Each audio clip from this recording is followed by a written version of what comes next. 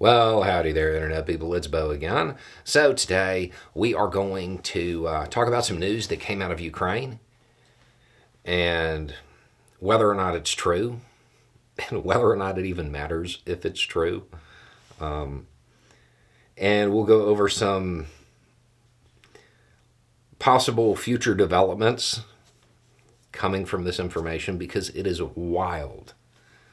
Okay, so reporting suggests that a batch of leaked information contains evidence that the boss of Wagner, which is Russia's private little crew over there, was talking to Ukrainian intelligence and offering to reveal troop locations as long as they leave his people alone.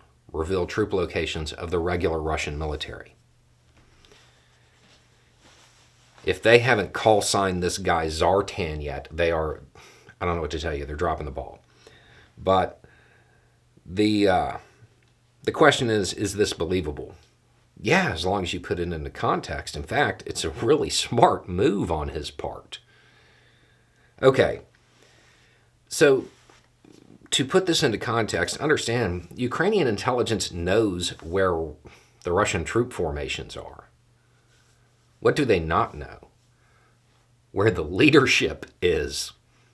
This probably isn't an offer to explain where the lines are. This is an offer to say where the higher ups are or where they're going to be.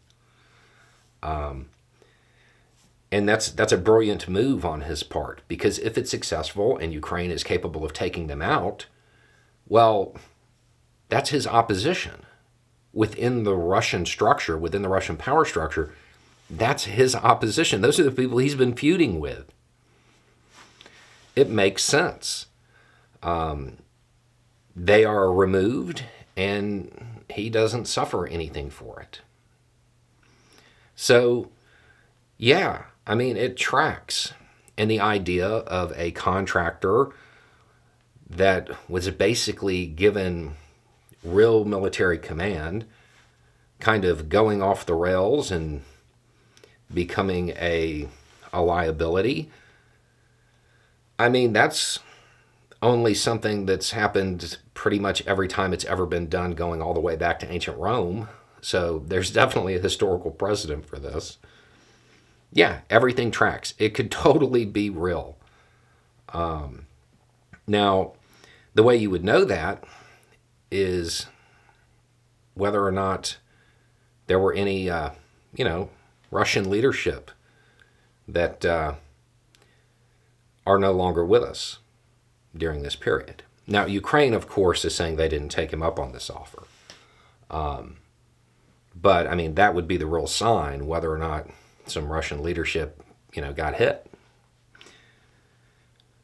But you already have people saying, this isn't true. It's planted information. There's no way this happened. Maybe, but it doesn't matter. It doesn't matter. No matter what the truth of this is an incredibly successful intelligence operation.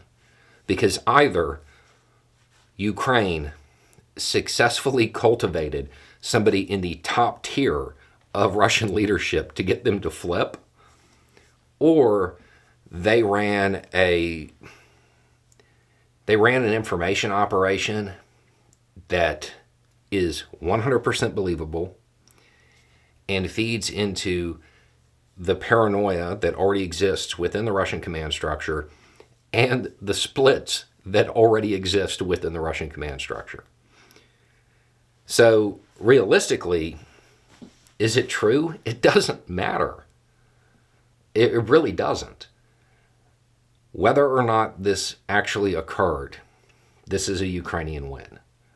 Ukrainian intelligence pulled something off.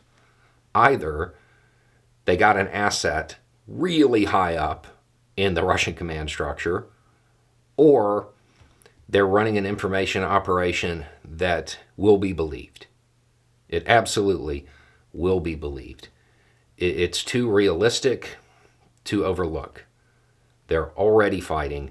They're already feuding. The paranoia is already there. There's already worries that he's kind of thinking a little too much of himself.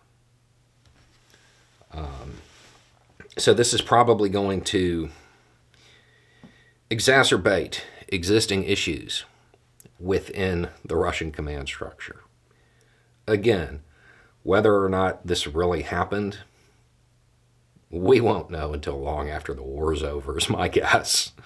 But it's definitely an interesting development, and I would pay close attention to Russian leadership moves over the next 60 days or so. Anyway, it's just a thought. Y'all have a good day.